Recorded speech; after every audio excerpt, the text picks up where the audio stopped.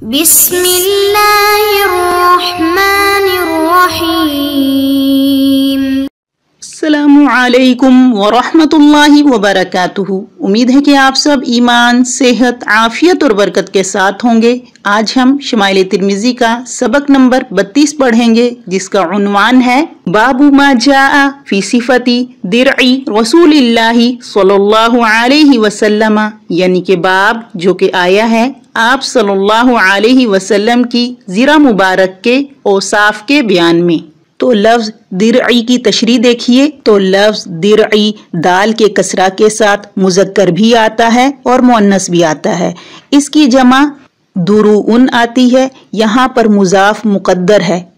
ای فی صفتی لبسہ درعتن، یعنی کہ زرہ کے پہننے کی صفت کے بیان میں۔ تو یہاں پر دیکھیے لبسہ مضاف محذوف ہے تاکہ ترجمہ الباب دونوں حدیثوں کے مطابق ہو جائے، جس میں نفس درع کی صفت کا بیان نہیں ہے بلکہ صفت لبسہ درعن کا بیان ہے۔ زرہ لوہے کی ایک قمیض ہے، جیسے ہلکا بہلکا شکل میں بنایا جاتا ہے اور جنگ میں حفاظت کے لیے اس کو پہنا جاتا ہے، جسے ہم اردو میں زرہ کہتے ہیں۔ یہ لوہے کی ایک قمیض ہے جسے جنگجو لڑائی میں حفاظت کے لیے پہنتے ہیں تاکہ دشمن کے وار کے وقت جسم براہ راست متاثر نہ ہو بلکہ زرہ اس کے لیے رکاوٹ بن جائے اور جسم اس کی زد سے محفوظ رہے۔ یہ ہتھیاروں کے وار سے بچنے کے لیے سینے پر پہنی جاتی ہے۔ نبی کریم صلی اللہ علیہ وسلم نے بھی جنگ میں زرہ پہنی ہے اور نبی کریم صلی اللہ علیہ وسلم کی زرہ کے 2 حلقے سینے کی جگہ تھے اور 2 حلقے پیٹھ کے پیچھے تھے۔ مختلف احادیث میں آتا ہے کہ نبی کریم صلی اللہ علیہ وسلم نے اپنی زندگی میں متعدد زرہیں استعمال کی ہیں، جن میں سے 7 کے نام یہاں گنوائے گئے ہیں۔ نمبر 1 ذات الفضول، یہ اس نام کی وجہ سے مشہور تھی اپنے لمبے ہونے کی وجہ سے، اور یہ وہی زرہ ہے جس کو آپ صلی اللہ علیہ وسلم نے ابو شہم یہودی کے پاس بطور رہن رکھوا دی تھی۔ اور مورخین یہاں پر یہ ذکر کرتے ہیں کہ یہی وہ زرہ ہے جس کو سعد بن عبادہ رضی اللہ تعالی عنہ نے بدر کے دن نبی کریم صلی اللہ علیہ وسلم کو بطور ہدیہ دی تھی، اور دوسری زرہ ذات الوشا اور تیسری ذات الحواشی اور چوتھی فضغہ اور 5ویں کا نام تھا سغدیہ۔ بعض لوگوں کا کہنا ہے کہ یہ سیدنا داؤد علیہ السلام کی زرہ تھی اور جالوت کے ساتھ جنگ کے لیے اس کو پہنا تھا، اور 6 کا نام تھا تبرع اور 7ویں خرنک۔ حدیث کی عبارت دیکھیے، بسم اللہ الرحمن الرحیم، وبه قال حدثنا ابو سعید عبداللہ بن سعید الاشج قال حدثنا یونس بن بکیر عن محمد بن اسحاق عن یحیی بن عباد بن عبداللہ بن زبیر عن ابیہ عن جدہ عن عبداللہ بن زبیر عن زبیر بن العوام قال كان على النبی صلی اللہ علیہ وسلم یوم احد درعان فنہض إلى الصخرة فلم يستطع فأقعد طلحة رضي الله تعالى عنه تحته فصعد النبي صلى الله عليه وسلم حتى استوى على الصخرة قال فسمعت النبي صلى الله عليه وسلم يقول أوجب طلحة رضي الله تعالى عنه۔ امام ترمذی رحمہ اللہ فرماتے ہیں کہ ہمیں ابو سعید عبداللہ بن سعید اشج نے یہ حدیث بیان کی۔ وہ کہتے ہیں کہ ہمیں یونس بن بکیر نے محمد بن اسحاق کے حوالے سے خبر دی۔ انہوں نے یہ روایت یحییٰ بن عباد بن عبداللہ بن زبیر سے ان کے والد اور دادا کے حوالے سے نقل کی۔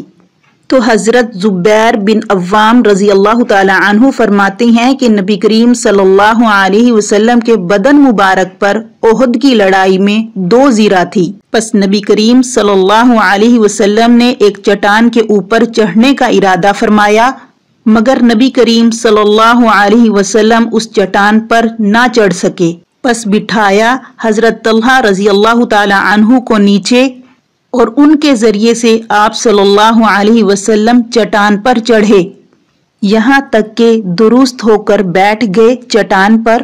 حضرت زبیر رضی اللہ تعالیٰ عنہ کہتے ہیں کہ میں نے نبی کریم صلی اللہ علیہ وسلم کو یہ فرماتے ہوئے سنا کہ طلحہ رضی اللہ تعالیٰ عنہ نے واجب کر لیا ہے۔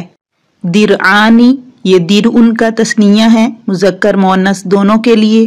دروعن، ادرو بمعنی زرہ، تدرع باب تفاعل سے، ادرع باب افتعال سے، زرہ پہننا۔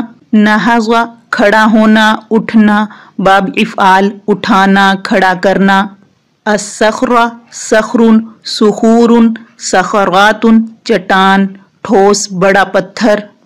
اقعد فعل ماضی، باب افعال بٹھانا، بیٹھنا۔ صعیدہ صعودن صعادن چڑھنا، اوپر کو جانا، بلندی کی طرف جانا۔ استوا برابر ہونا، درست ہو کر بیٹھنا، نشست درست کرنا۔ یہ باب افتعال سے آتا ہے۔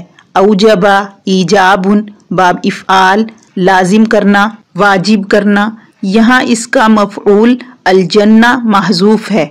حضرت زبیر بن عوام رضی اللہ تعالی عنہ فرماتے ہیں کان علی النبی صلی اللہ علیہ وسلم یوم احد درعانی، کہ نبی کریم صلی اللہ علیہ وسلم نے جنگ احد کے دن اوپر نیچے 2 زرہیں پہن رکھی تھی۔ آپ صلی اللہ علیہ وسلم ایک چٹان پر چڑھنا چاہتے تھے مگر ہمت نہیں کر پا رہے تھے۔ یوم احد پہاڑ سے منسوب ایک جنگ ہے، تو عرب حسب عادت اپنی لڑائیوں کو کسی چیز سے منسوب کرتے تھے۔ احد بھی ایک پہاڑ ہے جس کی طرف یہ جنگ منسوب ہے، جو کہ 3 ہجری میں قریش مکہ اور مسلمانوں کے درمیان لڑی گئی۔ جنگ احد میں سخت معاملہ تھا۔ 3000 کفار کے لشکر جرار نے یلغار کر دی تھی۔ نبی کریم صلی اللہ علیہ وسلم نے صحابہ کرام رضی اللہ تعالی عنہما سے مشاورت کے بعد شہر سے باہر جبل احد کے دامن میں کفار کو روک کر یہ جنگ کی تھی، اور اب یہی وہ موقع تھا کہ منافقین نے بھی دھوکہ دے دیا، اور پھر اس طرح تیر اندازوں کی غلطی سے فتح شکست میں تبدیل ہو گئی۔ آپ صلی اللہ علیہ وسلم کو اگرچہ زرہ پہننے کی ضرورت نہیں تھی، مگر تعلیم امت کے لیے ظاہری اسباب اختیار فرمایا، اور یہ ضروری تھا۔ اس لیے آپ صلی اللہ علیہ وسلم نے ذاتی دفاع کے لیے 2 زریں ذات الفضول اور فضہ پہنی ہوئی تھی۔ اسی سے فقہا نے یہ مسئلہ مستنبط کیا ہے کہ جب ضرورت ہو تو اسلحہ کا استعمال جائز ہے، اور یہ توکل کے منافی نہیں ہے۔ پھر اسی غزوہ میں نبی کریم صلی اللہ علیہ وسلم شدید زخمی ہوئے۔ آپ صلی اللہ علیہ وسلم کے سر مبارک اور پیشانی مبارک سے کافی خون بہا، کیونکہ پتھر لگا تھا۔ دانت مبارک ٹوٹے، نچلا ہونٹ مبارک زخمی ہوا، چہرہ مبارک زخمی ہو گیا، گال مبارک میں زرہ کی کڑی دھنس گئی، اور آپ ایک غار میں گرے جس کو ابو عامر نے اس لیے کھودا تھا کہ اس میں مسلمان گریں۔ یہاں تک کہ کسی نے بلند آواز میں اعلان کر دیا کہ نعوذ باللہ نبی کریم صلی اللہ علیہ وسلم شہید ہو گئے، اور صحابہ کرام رضی اللہ تعالی عنہما میں یہ جھوٹی افواہ پھیلا دی گئی۔ اس لیے نبی کریم صلی اللہ علیہ وسلم چاہتے تھے کہ کسی بلند چٹان پر چڑھ جائیں تاکہ صحابہ کرام رضی اللہ تعالی عنہما آپ کو دیکھ لیں، اور ان کو آپ صلی اللہ علیہ وسلم کی حیات طیبہ کا یقین ہو جائے۔ آپ نے چٹان پر چڑھنا چاہا، پھر دونوں زرعوں کی بوجھ اور اس دن کی تکلیف اور سخت مشقت کی وجہ سے آپ چٹان پر نہ چڑھ پائے۔ پھر حضرت طلحہ رضی اللہ تعالی عنہ کو بٹھایا یا ان کا سہارا لیا، اور پھر آپ چٹان پر چڑھ گئے، اور جب اطمینان اور استقامت سے آرام فرما ہوئے، اور پھر صحابہ کرام رضی اللہ تعالی عنہما نے آپ کو زندہ سلامت دیکھ لیا تو وہ مطمئن ہو گئے۔ تب نبی کریم صلی اللہ علیہ وسلم نے ارشاد فرمایا کہ طلحہ رضی اللہ تعالی عنہ نے اپنے اوپر واجب کر لی۔ کس بات کو واجب کر لیا؟ یہ بات 3 معنی کا احتمال رکھتی ہے۔ ایک یہ کہ جنت واجب کر لی، دوسرا یہ کہ میری شفاعت واجب کر لی، اور تیسرا بڑا ثواب واجب کر لیا۔ یعنی حضرت طلحہ رضی اللہ تعالی عنہ نے اپنے لیے جنت یا شفاعت یا اجر عظیم واجب کر لیا اپنے اس عمل کی وجہ سے، یا جو اس دن انہوں نے اہم کارنامہ سر انجام دیا کہ اپنے آپ کو نبی کریم صلی اللہ علیہ وسلم پر قربان ہو جانے کے لیے پیش کیا، اتنے تک کہ ان کا ہاتھ بھی شل ہو گیا، یعنی ناکارہ ہو گیا۔ تو یہ اللہ تعالیٰ کی طرف سے طلحہ رضی اللہ تعالیٰ عنہ کی دلیری، بہادری اور قربانی کا انعام تھا کہ وہ اپنے پیارے محبوب پر جان نثار کرنے کے لیے مردانہ وار لڑتے رہے۔ اچھا، یہ بات دیکھیے کہ حضرت طلحہ رضی اللہ تعالیٰ عنہ اس روز نبی کریم صلی اللہ علیہ وسلم سے بار بار عرض کر رہے تھے کہ اے اللہ کے پیارے نبی، اے اللہ کے پاک نبی، میرے ماں باپ آپ پر قربان ہو، آپ اپنے سر مبارک کو ظاہر اور اوپر نہ کیجیے، کسی دشمن کا کہیں تیر نہ لگ جائے آپ کو، میری گردن قربانی کے لیے آپ کے لیے پیش خدمت ہے۔ حضرت طلحہ رضی اللہ تعالی عنہ پر اس دن 80 زخم آئے تھے، کیونکہ وہ ڈھال بن کر آپ صلی اللہ علیہ وسلم پر برسنے والے تیروں کو روک رہے تھے، اور آپ صلی اللہ علیہ وسلم کی مدافعت میں بھی تیر اندازی کرتے جاتے تھے۔ حضرت طلحہ رضی اللہ تعالی عنہ کے بارے میں نبی کریم صلی اللہ علیہ وسلم کا ارشاد ہے کہ زمین پر رہنے والوں میں سے بہترین شہید طلحہ ہیں۔ حضرت ابو بکر صدیق رضی اللہ تعالی عنہ نے حضرت طلحہ رضی اللہ تعالی عنہ کی جانثاری دیکھ کر فرمایا، یہ دن سب طلحہ کا ہو گیا، یعنی تمام درجات اس نے سمیٹ لیے۔ پھر حضرت طلحہ رضی اللہ تعالی عنہ کے بارے میں کہا جاتا ہے کہ جمل کی لڑائی میں یہ شہید ہوئے اور بصرہ میں مدفون ہوئے۔ تو یہاں پر حضرت طلحہ رضی اللہ تعالی عنہ کا واقعہ بیان کرنے کا مقصد یہ ہے کہ مسلمانوں کو نبی کریم صلی اللہ علیہ وسلم کے ساتھ صحابہ کرام رضی اللہ تعالی عنہما کی محبت، اخلاص اور کمال عشق کا اندازہ ہو سکے۔ اگلی حدیث کی عبارت دیکھیے۔ وبه قال حدثنا احمد بن ابي عمر قال حدثنا سفيان بن عيينة عن يزيد بن خصيفة عن السائب بن يزيد ان رسول الله صلى الله عليه وسلم كان عليه يوم احد درعان قد ظهر بينهما۔ امام ترمذی رحمہ اللہ فرماتے ہیں ہمیں احمد بن ابی عمر نے بیان کیا، وہ فرماتے ہیں کہ ہمیں سفیان بن عیینہ نے یہ روایت بیان کی، انہوں نے یہ حدیث یزید بن خصیفہ سے سائب بن یزید کے حوالے سے نقل کی۔ سائب بن یزید فرماتے ہیں کہ نبی کریم صلی اللہ علیہ وسلم کے بدن مبارک پر جنگ احد میں 2 زیریں تھیں جن کو اوپر نیچے پہن رکھا تھا۔ ظاہرہ باب مفاعلت سے اوپر نیچے کپڑے پہننا۔ ظاہرہ بینہما کی تشریح دیکھیے۔ حدیث کا مضمون تو وہی ہے جو پہلی حدیث کا ہے، لیکن اس روایت میں قد ظاہرہ بینہما کے الفاظ کا اضافہ ہے، تو ظاہرہ کا معنی ہوتا ہے اوپر نیچے یا دوہرا ہونا۔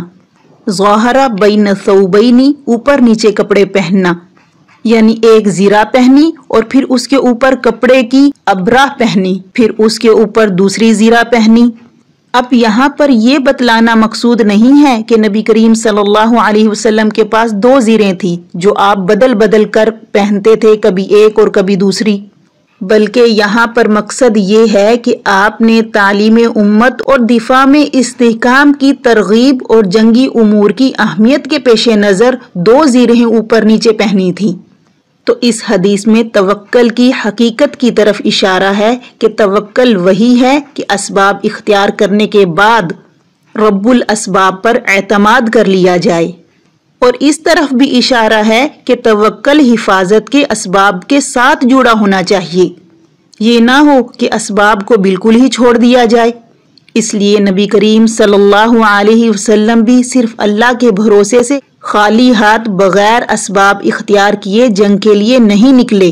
حضرت مولانا محمد زکریا رحمہ اللہ فرماتے ہیں کہ اللہ رب العزت کا ارشاد ہے، یا ایھا الذین آمنوا خذوا حذرکم فانفروا ثبات ام انفروا جمیعا، کہ اے ایمان والو، کافروں کے مقابلے میں اپنی تو احتیاط رکھو، یعنی ان کے داؤ گھات سے بھی ہوشیار رہو، اور مقابلے کے وقت سامان، ہتھیار، ڈھال وغیرہ سے بھی درست رہو۔ پھر ان سے مقابلے کے لیے الگ الگ یا پھر ایک جگہ جمع ہو کر جیسا موقع ملے نکلو۔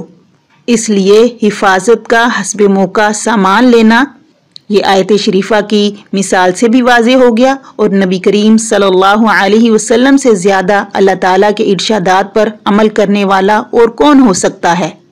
تو اس لیے زرہ، خود وغیرہ یہ سارا سامان جو ہے یہ احتیاطی تدابیر میں داخل ہے۔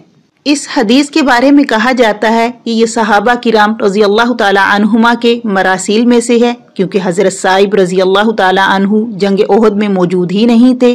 مطلب یہ کہ وہ اپنے والد کے ساتھ حجۃ الوداع کے موقع پر نبی کریم صلی اللہ علیہ وسلم کی خدمت میں حاضر ہوئے تھے، اور اس وقت ان کی عمر 7 سال تھی۔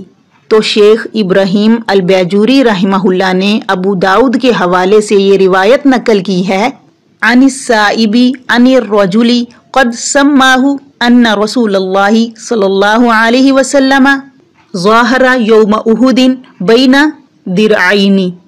یہ روایت حضرت صائب سے ہے، اور انہوں نے اس شخص سے روایت کی جس کا نام لیا تھا، جس کا سابقہ روایت میں ذکر نہیں ہے، کہ نبی کریم صلی اللہ علیہ وسلم نے احد کے دن 2 زیریں اوپر نیچے پہن رکھی تھی۔ تو اس تصریح کے بعد یہ مراسیل سے نکل جاتی ہے، اور غالب یہی ہے کہ عن رجل سے مراد حضرت زبیر بن عوام رضی اللہ تعالی عنہ ہی ہوں، کیونکہ اس باب کی پہلی روایت اس معنی میں ان سے منقول ہے۔ آج کا سبق یہاں مکمل ہوا، انشاءاللہ اگلے سبق کے ساتھ پھر حاضر ہوں گے۔ والسلام ورحمۃ اللہ وبرکاتہ۔